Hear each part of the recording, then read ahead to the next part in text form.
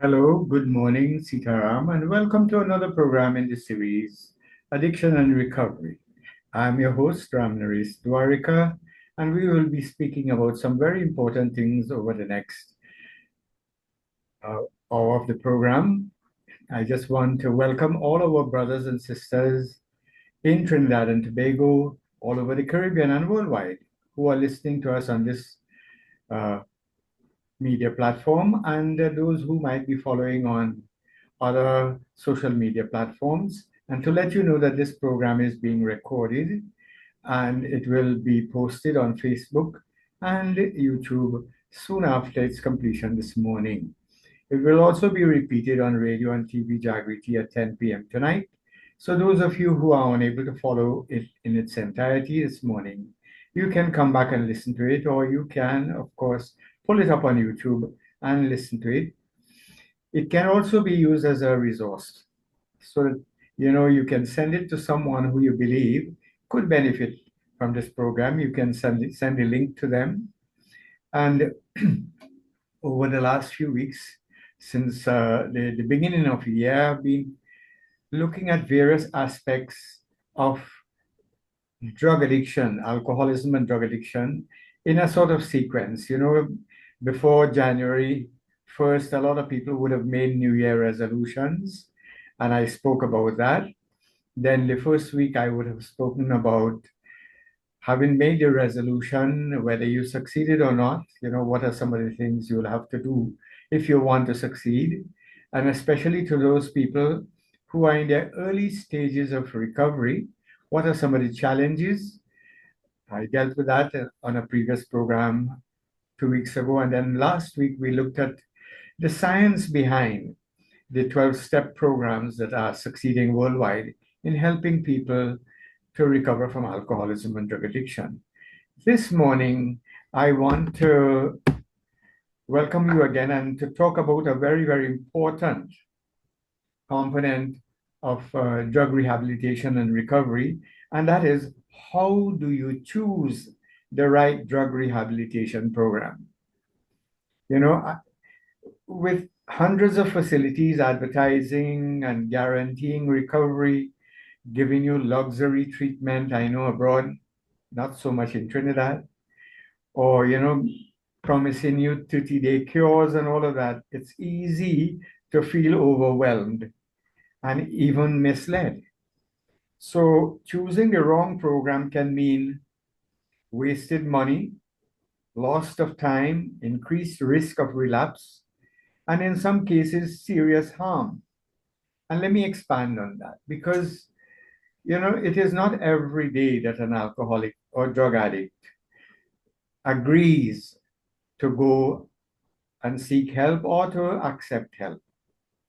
Because of the nature of this illness, this condition, drug addiction, a lot of people are in denial and they're not readily willing to go and seek help. I know a lot of people who would have tried to stop on their own right until the point of death and still not willing to go seek help.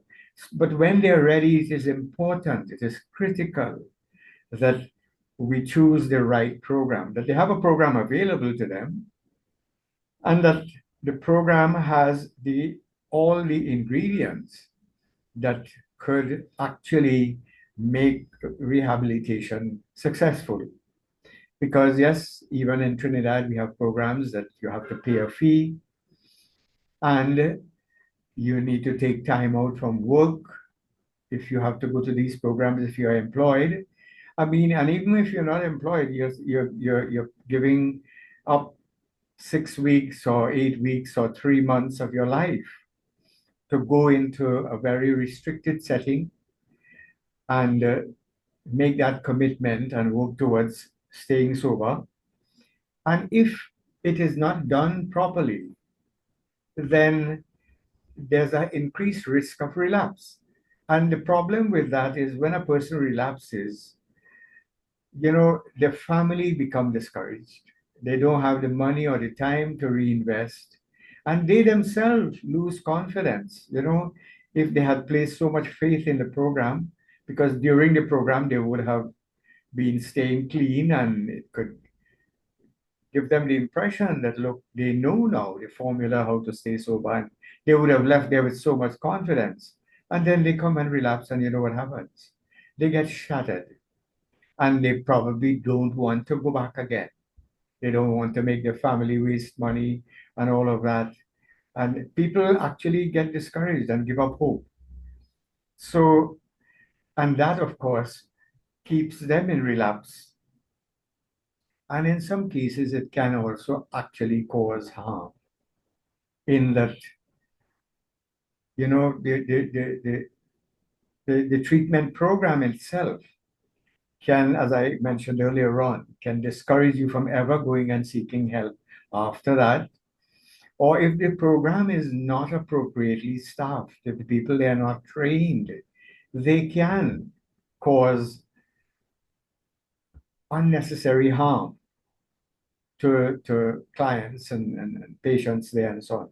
So today's goal is simple: to give you a clear, practical, evidence-based guidance so you can make an informed decision when selecting a rehab program for yourself or for a loved one.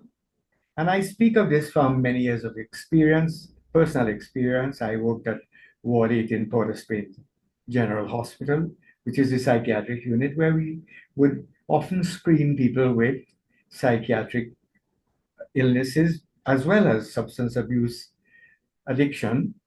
I worked at St. Anne's Hospital, which also treated with the same conditions. I worked at the Substance Abuse Prevention and Treatment Center at Cora Hospital. And I also was the former director of the Piparo Empowerment Center, which was a national drug rehabilitation center. I also worked at Ward 1 in San Fernando General Hospital. So I bring all of that experience to the program in an effort to be able to help you, our listeners, understand what is required, what is involved, what happens in these places. So, but first, before we go on to deciding where to go, we have to decide what we are really dealing with. It's very important to understand addiction so that before choosing a treatment program, we must understand what addiction is and what it is not. Addiction is a chronic brain disorder. And I spoke about that last week. You know how the brain actually, there are changes taking place in the brain, in the synapses and so on, where you become physically and psychologically and chemically dependent on these drugs. Without it, you're going to withdrawal, which could be physical, which could present as scary as hallucinations and so on. Addiction is also characterized by compulsive use despite consequences. So that a person who is well educated and all of that, you can't understand why. After they've been charged for drunken driving 2 and 3 times, fined heavy amounts of money, why they will go back and use it, or even they were released from prison as a result of some crime that is drug related, and no sooner they get out, they're gone back to using, because prison is not a rehab center. So that you also need to understand that addiction is influenced by biology, by psychology, by trauma, by the environment, and by behavior. So there are several components to addiction. And this is why when considering a treatment program, and even in a treatment program, when you're developing a treatment plan for a particular client or patient, you need to consider all of these various influences. Human beings as we are bio, psycho, social, spiritual beings, and addiction affects all 4 areas. So it goes without saying, if you are developing a treatment plan to deal with drug addiction, you need to consider these 4 areas: the biological person, that is the bones, muscles, and organs, how they have become affected and dependent on the drugs, that the person was using, how they became psychologically dependent. Their self-esteem depended on it, their emotions, and their relationship, their environment. Because as a person, alcoholism progresses, their environment changes. I was asking someone recently, tell me if you have any friend who does not use alcohol or drink. And the person stopped and they got stumped. They can't think of one single friend who don't drink alcohol. And you look at the behavior of the people around them and their behaviors as well. So that is what addiction is. But what addiction is not, it is not a lack of willpower. And this is a misconception. Everything, I myself, I couldn't understand. I mean, I used to pride myself on having a will of steel. If I say I'm doing something, and my friends could attest to that. But when it came to alcohol and drugs, I never understood what happened with my willpower. It's not a question of willpower. It is neither a moral failure. I mean, I grew up in a very, very religious background where I had all my family members were involved in the temple and all of that. And I myself grew up in the temple and in cultural activities and so on. And even now, I pride, I always, you could depend on me for being honest and all of that and helpful. So it's not a moral failure. It is not like the people do not know that this is not what they should be doing, but they can't seem to stop on their own. And it is not something that is cured by detox alone. A lot of people out there believe once you put down the glass and you stop drinking and you remain abstinent for a little while, you have arrived. You have learned the technique. You're avoiding the first drink one day at a time. Yes, that's the formula. But that is not going to sustain sobriety because, as I mentioned before, it is just not only a physical thing. So, why does all of this matter? Any rehab program that does not treat addiction as a long term condition is fundamentally flawed. And I'm saying that to say any program that tells you, look, in a week or 2 weeks, we'll have you fixed and sent back home. It's like, you send a car into the garage and they just change the part and they repaired it. And a lot of family members would have loved if it was like that. Here, look, take him and fix him and send him back like he used to be before. It don't work like that at all. So that it is not to say short-term programs are not successful.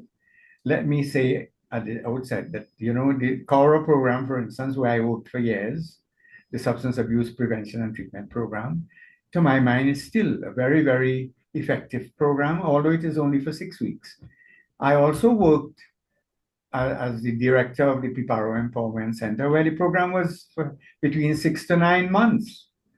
And I must say, there isn't any great difference between the length of the program and sobriety. What makes the difference is the quality of treatment, the training of the staff, and I will discuss those as we go along.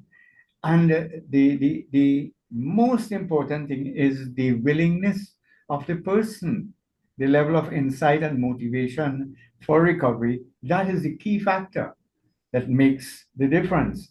So a good program is a program that will treat the brain, will treat the emotions, will treat the behavior, will treat the relationships, and will also attend to the lifestyle, help the person to develop a lifestyle that is no longer dependent on alcoholism and drugs.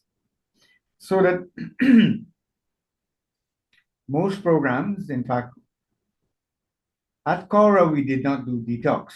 A lot of people would go to St. Anne's and there will be detox there and then transfer to Cora. But detox is a necessary part of the any treatment program.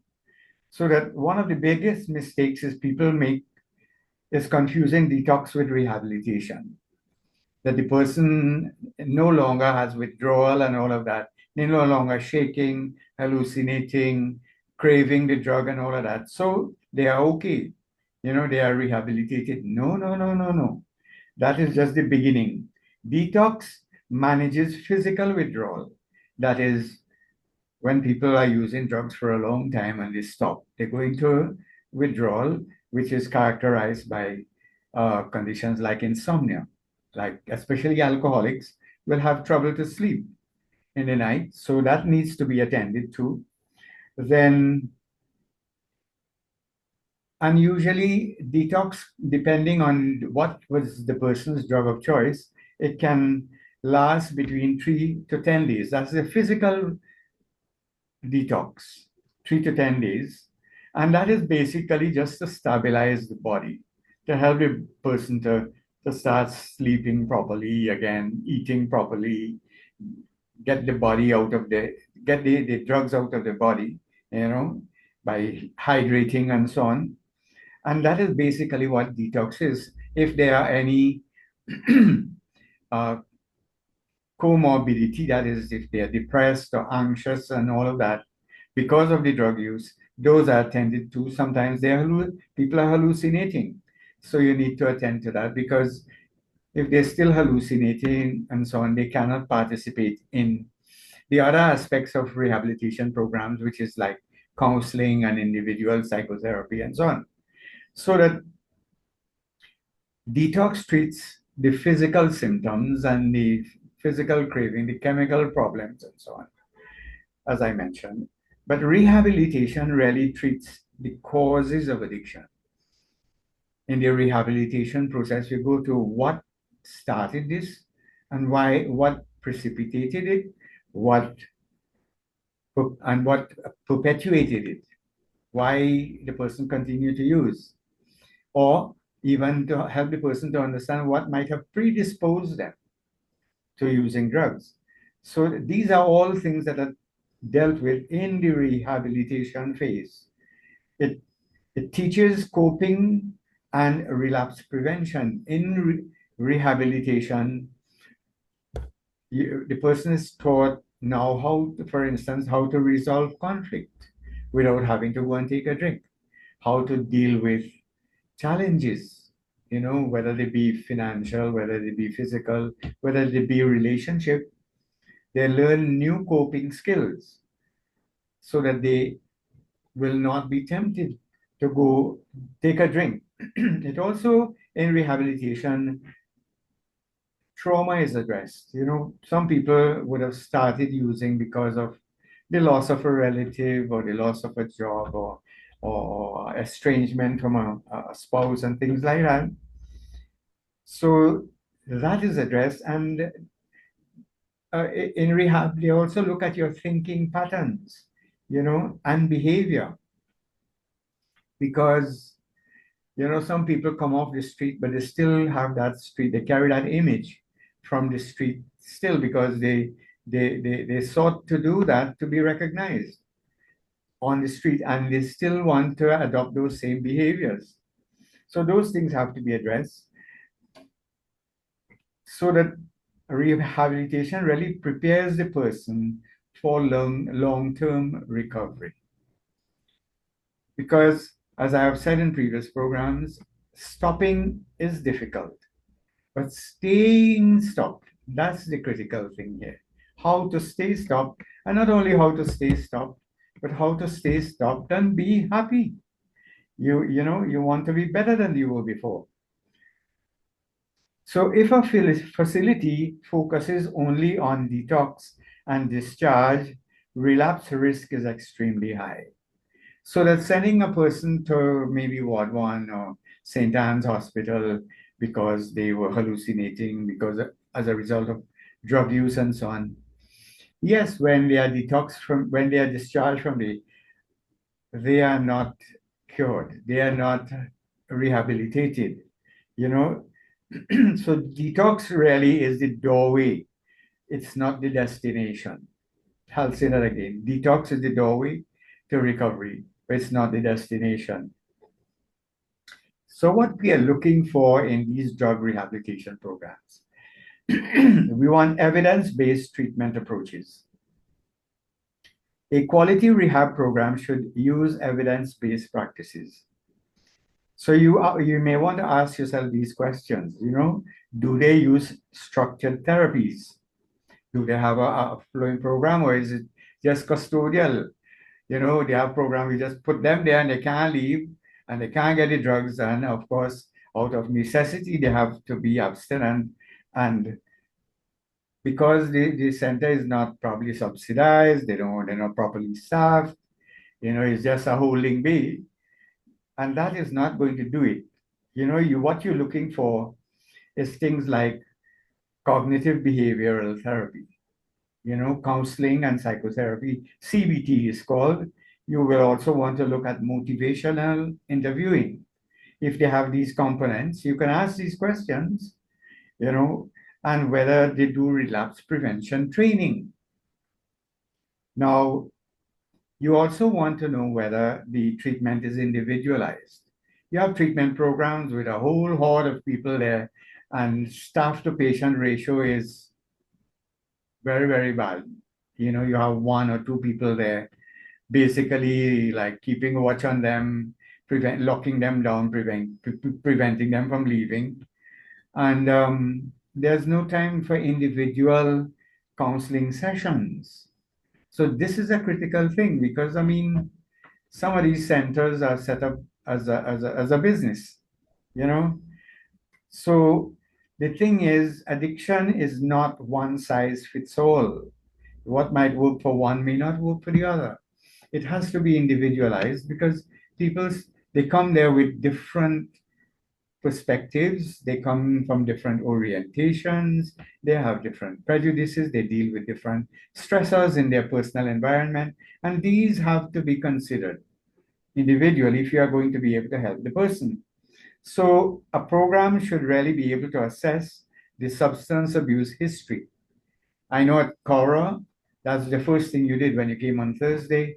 We do a full assessment and evaluation to determine what drugs the person used, how long they've been using it, what happened when they use it, what are some of the physical, psychological damage that it might have caused, what prolonged uh, challenges one may have to deal. Suppose this person is owing mortgages, if it was gambling and they're owing a lot of debtors, all of that would impact their life when after treatment they will have to deal with those things.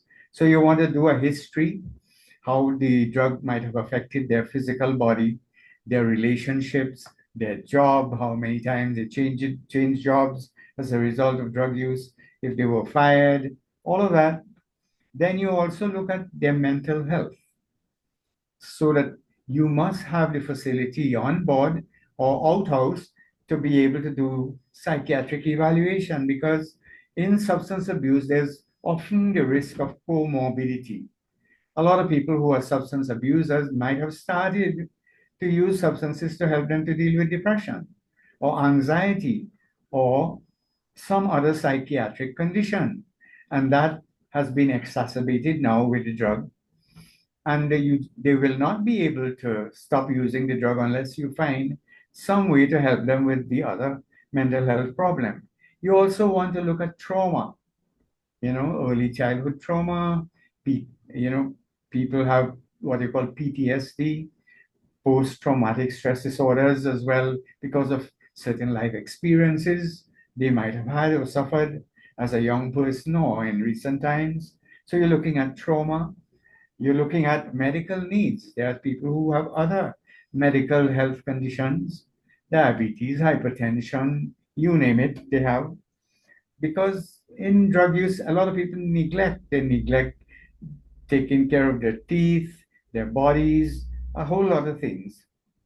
So that you also need to look at the social environment because sometimes their social environment puts put them at risk or started them off on a, on the path to drug dependence.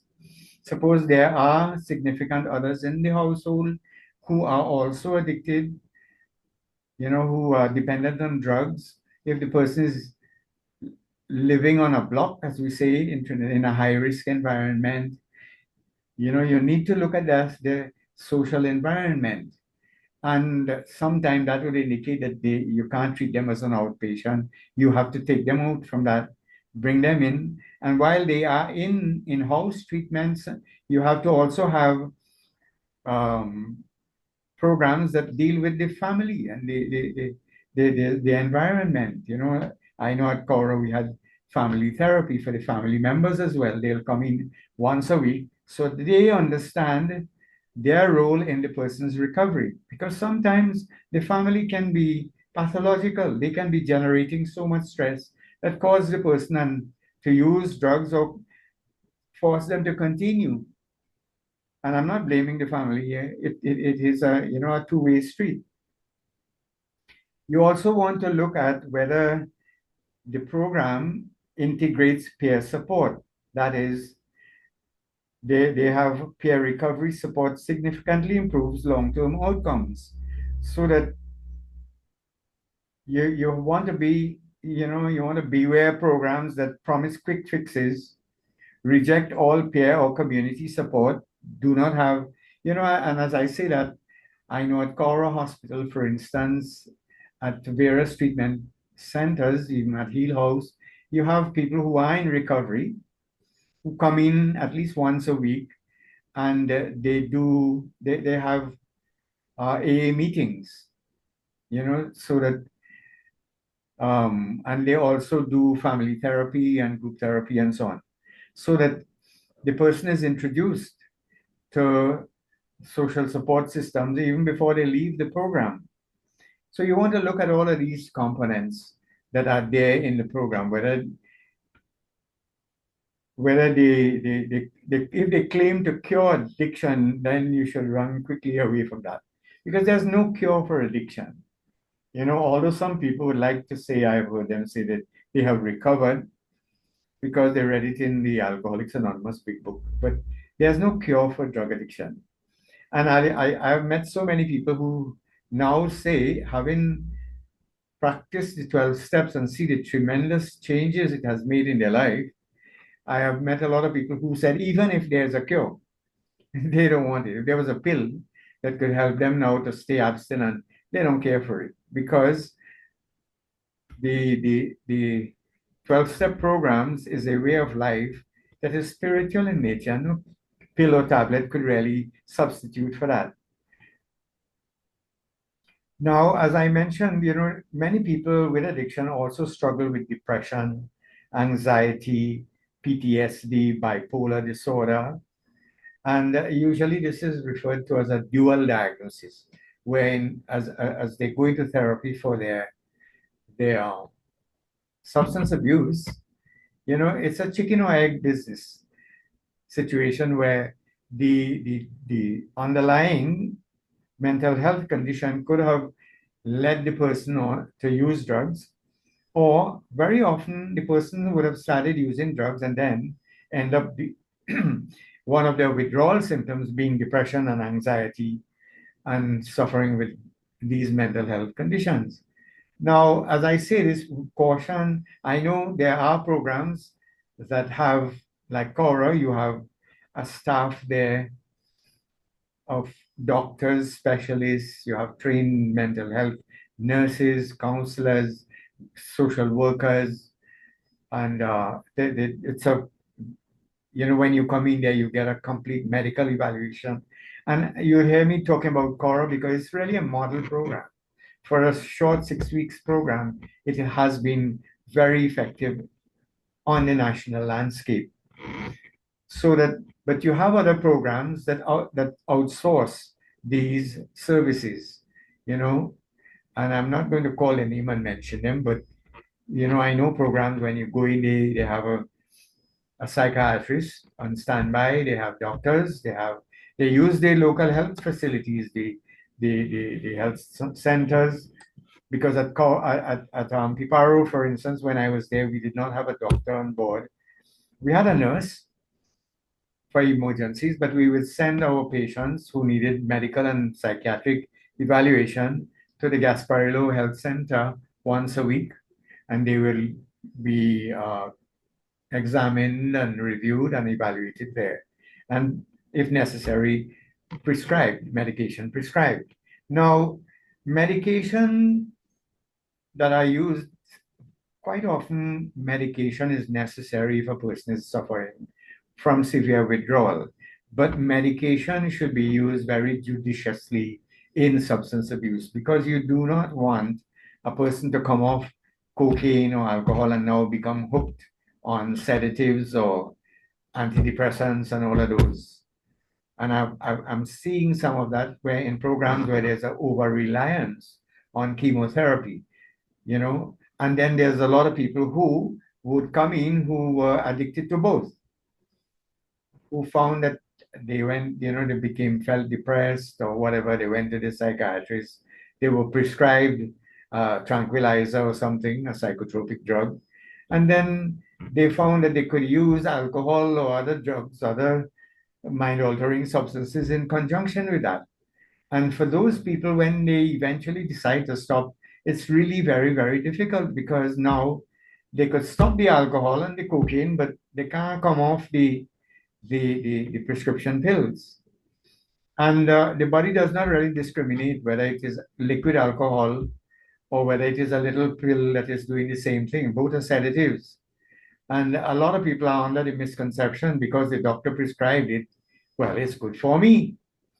And they don't, and I'm not blaming the doctors here, but I am also asking my friends in the medical profession to be mindful of this because you have patients who read the label, go to the pharmacy and buy it under the counter, and there are pharmacies that are operating like rum shops.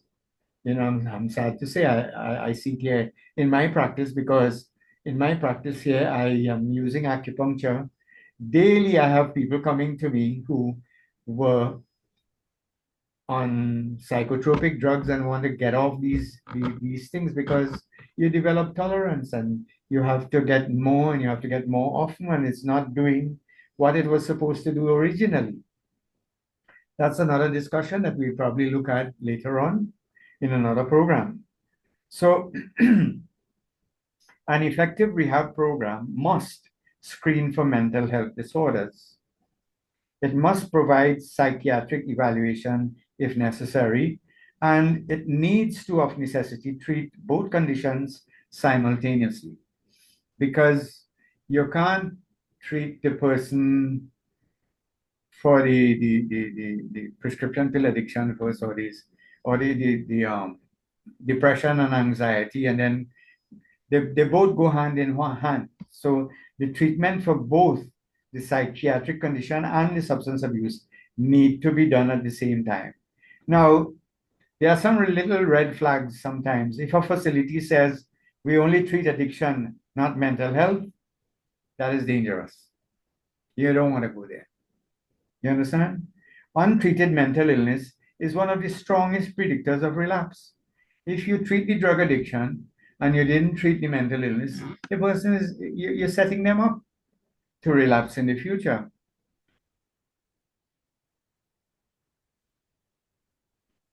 So that it is important that you have a comprehensive program that deals with the mental health conditions as well as the substance abuse. Now, in all of this, it is very, very important that you look at staff qualifications and program integrity. Not all rehab programs are created equal. A lot of people out of the goodness of their heart. I know in Trinidad, there are a lot of programs that were started by individuals who were in recovery. I'm not going to mention any of them, and they have provided human service in the community. But a lot of programs use people who are in recovery as their staff. Now, people who used to use drugs are in recovery. Yes, they have first-hand knowledge of a lot of the issues that are involved in substance abuse, drug addiction, and also some of the challenges in rehabilitation. But without training, with all good intention, they can cause more harm than good. It is critical that a person need to have the required training and certification. Myself being a person in recovery, having that passion to work in the field of substance abuse, I went off and did my own train. I did training in social work, in postgraduate work, in additional, well, I have never stopped training, because education is a lifelong process for me. So that you want to ask about licensed addiction counselors, people who are certified, because a lot of people with good intention and not trained can do more harm than good sometimes because they don't understand some of the the underlying conditions of addiction or the treatment methodologies that are appropriate. They may not be able to make proper evaluation as well. So you also want to have qualified medical staff. And as I say this, not all doctors are aware of the issues relating to substance abuse.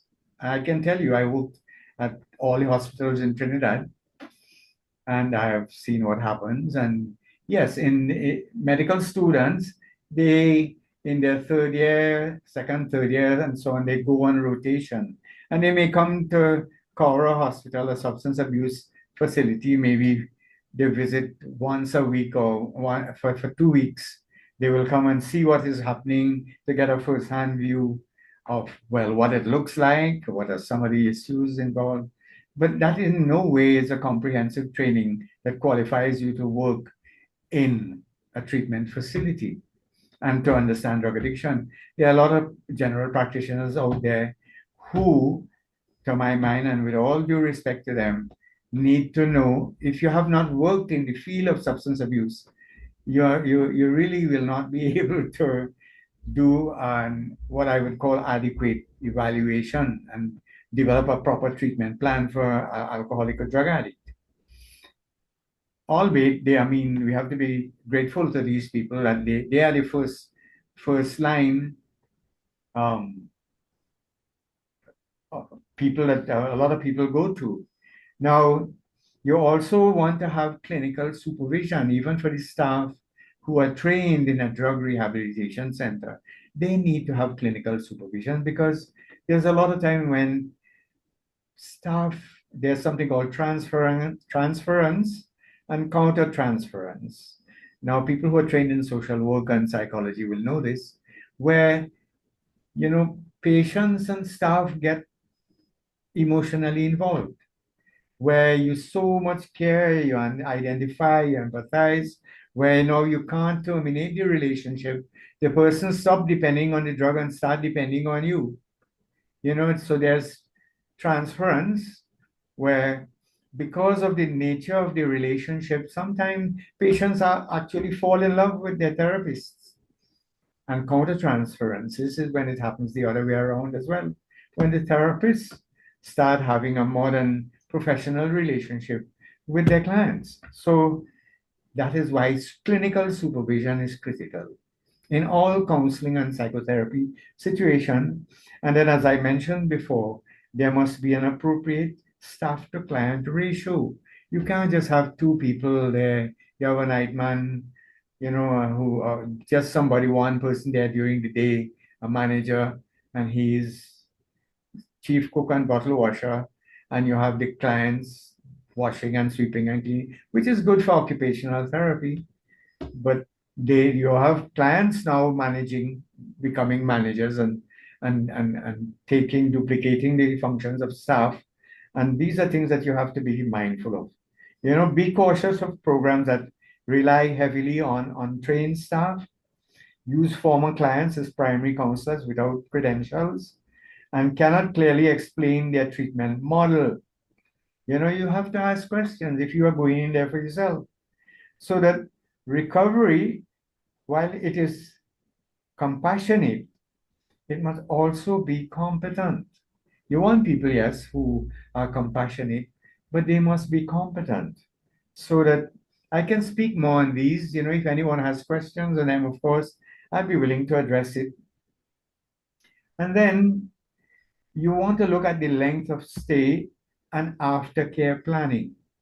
Now, as I mentioned before, the length of stay is considered a very important factor, because it takes time for people to heal physically.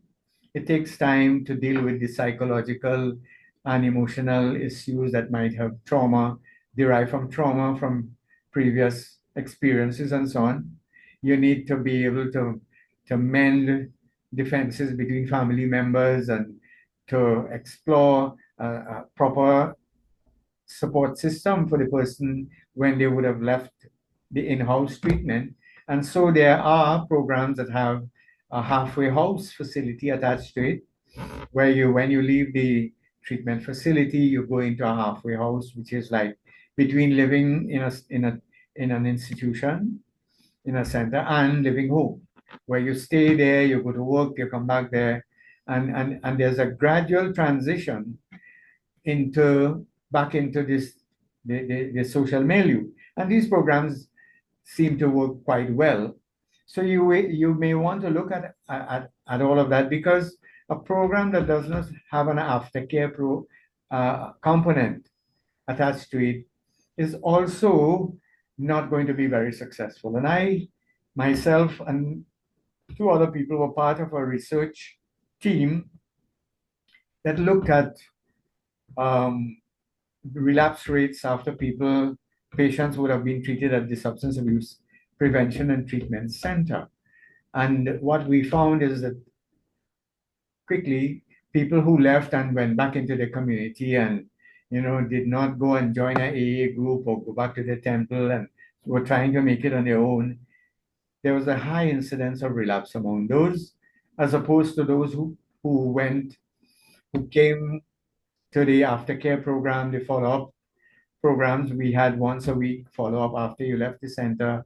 You'd come once a week and you'd be in a group therapy session, and then you go to your AA and NA meetings and so on. And those did tremendously better, more better than the ones who tried to make it on their own.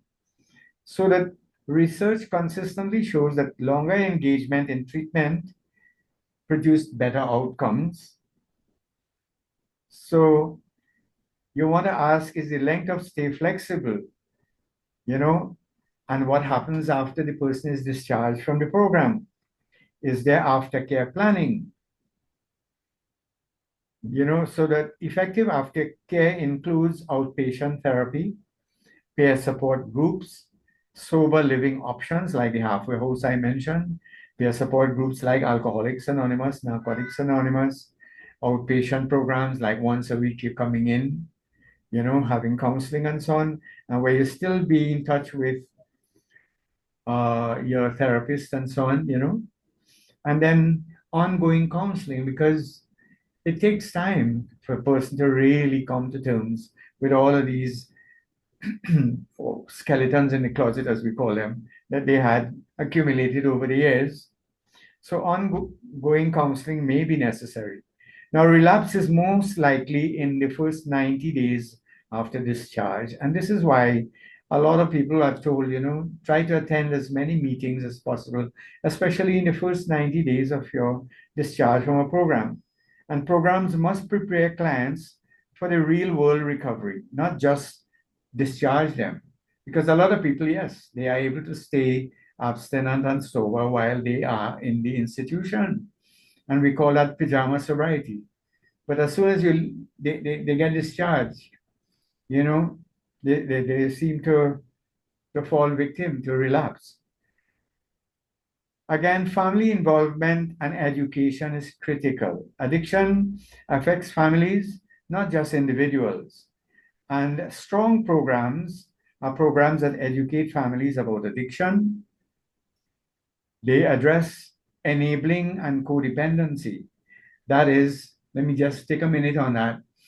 Codependency is when family members, without realizing it, they continue to enable the person to use, because they always cleaning up after them, making excuses for them, paying the the pusher, taking the bill, you know, taking them off, not allowing them to suffer the consequences of their behavior sometimes.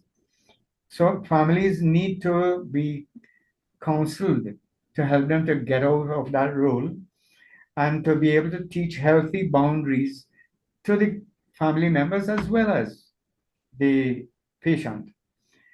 Encourage family participation when appropriate, so that a lot of people now, I know that there are family members who go with their brother, sister, spouse, and so on to AA meetings as a way of supporting them, but they also learn and understand the nature of the addiction. Families who understand addiction becomes part of the solution, not part of the cycle. Because if the family members do not understand and say, look, once he stopped drinking, problem solved. No, no, no. Sometimes when a person becomes addicted, they often these psychometrics in the family group change. That is, where he used to be the head of the family, now he has become the clown. Everybody talks down to him. And you cannot continue to do that after the person is trying to stay sober. You can't be sending them on guilt trips all the time. So family members need to understand that. Now, there's also, you need to consider the ethics, the cost. These are all red flags when you're selecting a program. Be cautious of programs that guarantee success, pressure quick enrollment, avoid answering direct questions, focus more on payment than care. You want to ask about transparent pricing, insurance acceptance, clear policies. Recovery should never be treated as a sales pitch. I know centers where people check in, and the next thing you know, you have at the end of the stay, there's a whole long list of charges that were not explained, and you were given this medicine and you were sent to you were consulted by this doctor and that professional, and your account is part, especially the person is not very alert, or if they're still under the influence, or if they are mentally challenged. A lot of things get padded onto their bills and so on. Especially the center is aware that the family members are well-to-do people. I have seen all of those things. So in conclusion, making the right choice is choosing a rehab is not about luxury. It's not about location. I mean, while you're looking at convenience for visiting and all of that, but those things should be on the back burner and shouldn't be of first consideration. The marketing promises and so on, as I said, beware of those. It's about evidence-based care. It's about qualified staff. It's about long-term support. It's about respect for the individual. And it's a plan for life after treatment. So that the right program doesn't just help someone stop using, it helps them build a life worth staying sober for. I will repeat that. The right program doesn't just help someone stop using, it helps them to build a life worth staying sober for. So if you're seeking help for yourself or a loved one, ask questions. Trust the facts over fear. And remember, recovery is possible with the right support. I want to thank you for listening today. And of course, if you have questions, or if you know someone who you think need help, you can get in touch with me. My number's on the screen, 671-3040, or you can text me at 768-5925. In my practice, I use acupuncture to help people detox. And I bring all my experience and knowledge to bear for the benefit of my patients.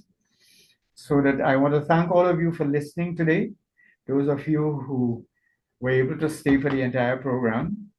And as I mentioned, this program will be repeated again tonight at 10 p.m. on radio and TV Jagriti.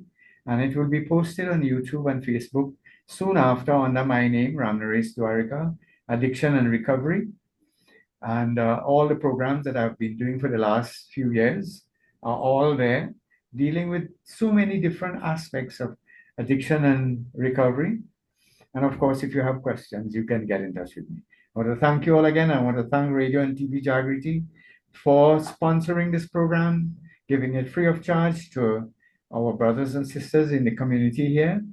Thank the staff there, the CEO, Mr. Vijay Maraj, for allowing us to use the facility so that this program could reach all our brothers and sisters in Trinidad and Tobago and worldwide. Thank you again and see you next week, same time, same station. Bye.